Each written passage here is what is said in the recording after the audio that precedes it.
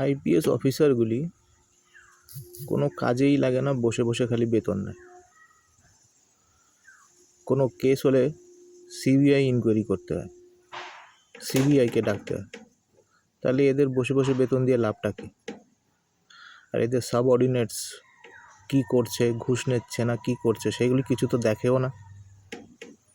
সব থানা বা ফাঁড়িতে থানা আর ফাঁড়িতে যে ইনচার্জগুলি থাকে, এরা নিজেদের এসপি মনে করে। যাকে তাকে যখন তখন ধরে ফাঁড়ির মধ্যে আটকিয়ে রাখে উইথাউট ওয়ারেন্ট। থানা আর ফাঁড়ির ইনচার্জগুলি নিজেকে এসপি ভাবে, যাকে তাকে ধরে ফাঁড়ির মধ্যে আটকিয়ে রাখে উইথাউট ওয়ারেন্ট। একটু আইনগুলি শিখান এদের। আর ঘুষ বেতনে হয় না, এদের ঘুষ নিতে হয়। স্যালারিতে যদি না হয়, তাহলে সোনারগাছি যেয়ে ভাড়বাগিরি করতে বলুন আপনার স্টাফকে। বুঝেছেন তো? স্যালারিতে হয় না, লোকের কাছে ভিক্ষা করে টাকা, ঘুষ নিতে হয় এদের।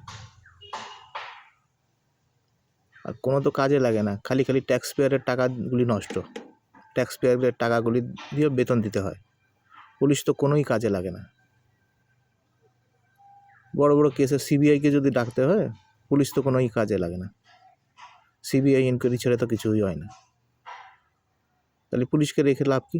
ট্যাক্স পেয়ারের টাকাগুলি নষ্ট।